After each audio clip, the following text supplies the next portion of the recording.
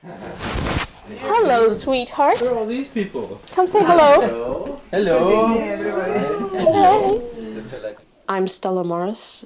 I am Julian Assange's partner. I met him in 2011. We got together in 2015. And we have 2 children, Max and Gabriel. I had received an email from Jennifer Robinson, who put out a request through her Oxford network that the case that she was involved in, which involved Julian Assange, needed more people. Our first meeting was in Paddington at the Frontline Club. I was scheduled to be at an interview. I didn't know who I was going to meet. I rang the doorbell and went up the stairs, and he was sitting alone at a table, which really came as a surprise, because at the time he was already a world famous figure. And he asked me who I was, and I said I had come for an interview. And he thought I was an American journalist who was there to interview him. So he immediately was quite guarded, and who was this woman who had just walked into the room? And I said, no, I'm here to be interviewed, which immediately relaxed him, and he offered me the tea he was drinking. And then other people came in, and I talked about my background, the fact that I was a fluent Swedish speaker, the fact that I had studied law, and started working with Baltasar Garzon, who was the international coordinator of Julian's international legal team. In 2012, he took political asylum in the Ecuadorian embassy. Just like my language skills in Swedish had been relevant for the Swedish case, my Spanish language skills, fluent in Spanish, became important for the political asylum context.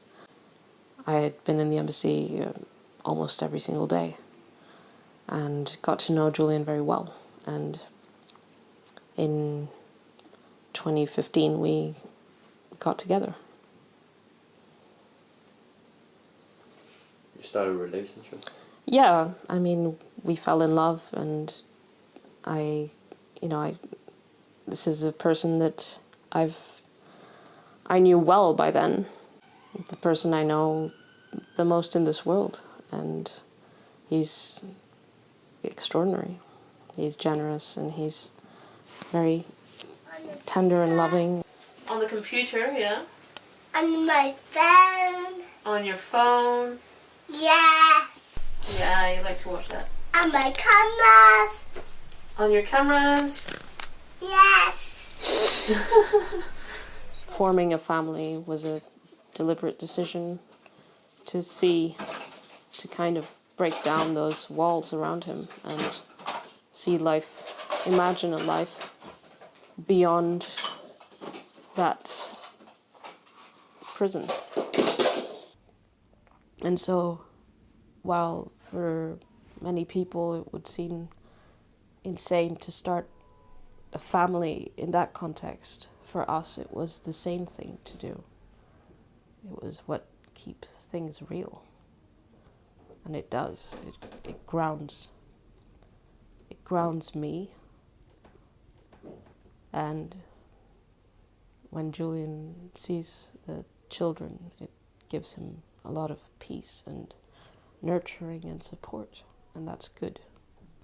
And they're very happy children. In the bag. In the bag. Oh, my toys died. I think we're both traumatized by what's happened over the last few years, actually. I compare it to being in a being in a war zone, constant relentless attacks, that there are operations underway, and it's not some crazed conspiracy theory. It's part of the reality of the context in which everything to do with Julian exists. And just like in war, people fall in love and decide to live their lives in an act of rebellion, I think.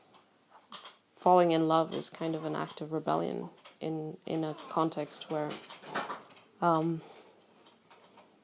there's a lot of attempts to destroy your life and your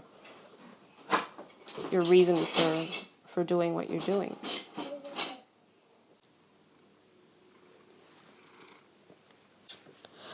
This is the younger one, Max, with the cat.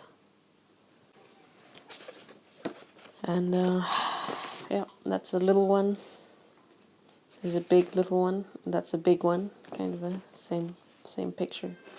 They're quite similar looking when you look at them like that.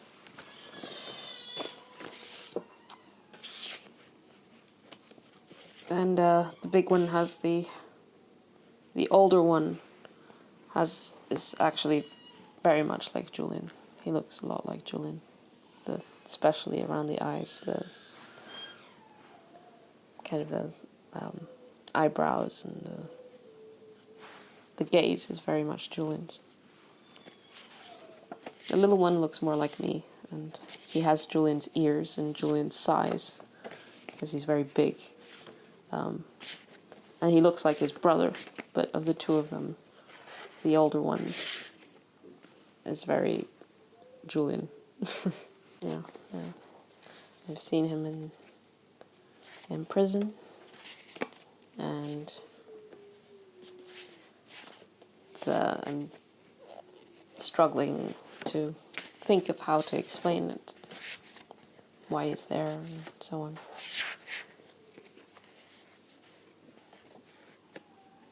You also don't want to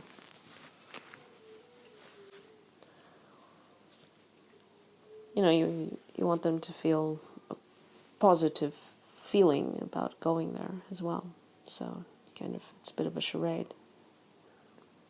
I don't think people understand the extreme situation and pressure that we've been under, because Julian is a public figure, because everything about him is newsworthy. Anything can be used against him and has been used against him. And so this was a real dilemma about having a relationship in these circumstances. Means you try to insulate it and protect it as fiercely as you can. And that's what I've done, because that's kind of a haven, an oasis from the crazy context. I knew there was some spying going on when I found out that my baby was targeted. As a guard actually went up to me and told me that they were trying to steal the DNA. I realized that I couldn't really protect my family. Even if I took all these steps, more steps than most people, to try to preserve our privacy and our security and Julian's safety, ultimately. In a way, it was beyond my control, and that was very difficult to realize. I understood that the powers that were against Julian were ruthless and there were no bounds to it, because there's a lawlessness around it. And, they were after my baby's DNA, but what else? What else are they after? And that's partly why I feel now that I have to do this, because I've taken so many steps for so many years, and I feel like Julian's life might be coming to an end. It's been 10 years, 10 years of breaking someone down, of trying to destroy his life, and it's a well-known pattern, whistleblowers, people who expose the powerful, they destroy them. And we know this when this happens. And somehow everyone has failed Julian.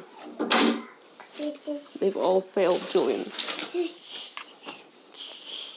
They've taken every negative angle they have been able to. You can do that to anyone. You can destroy anyone like that. You just need to start overanalyzing them.